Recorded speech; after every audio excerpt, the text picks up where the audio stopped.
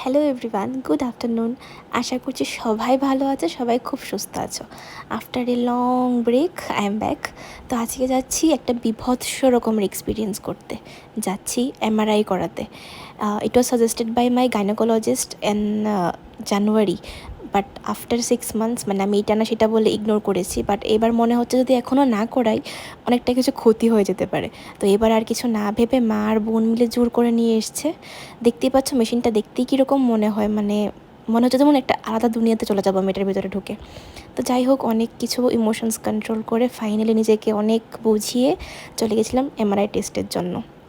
আর তুলিকে বলেছিলাম যতটুকু পসিবল বাইরে থেকে একটু ক্যাপচার করিস, আমি একটু দেখতে চাই যে অ্যাকচুয়ালি কী করছিলাম ওই ভিতরে। তো অনেক কিছু প্রিকশনস থাকে, শরীরে কোনো রকম ধাতব জিনিস থাকতে পারবে না, ক্লিপ ক্লাচার্স কিছু থাকতে পারবে না।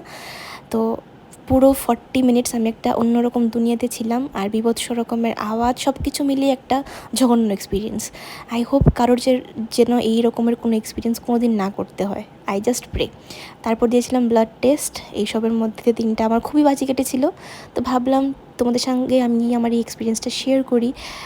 হয়তো তোমাদের মধ্যে কেউ এক্সপিরিয়েন্সের মধ্যে দিয়ে গেছো, বা যারা যাওনি তাদের যেন কোনো দিন আর না যেতে হয়। যাই হোক, সবাই ভালো থেকো, সুস্থ থেকো, আর একটা সাবস্ক্রাইব করে দিও।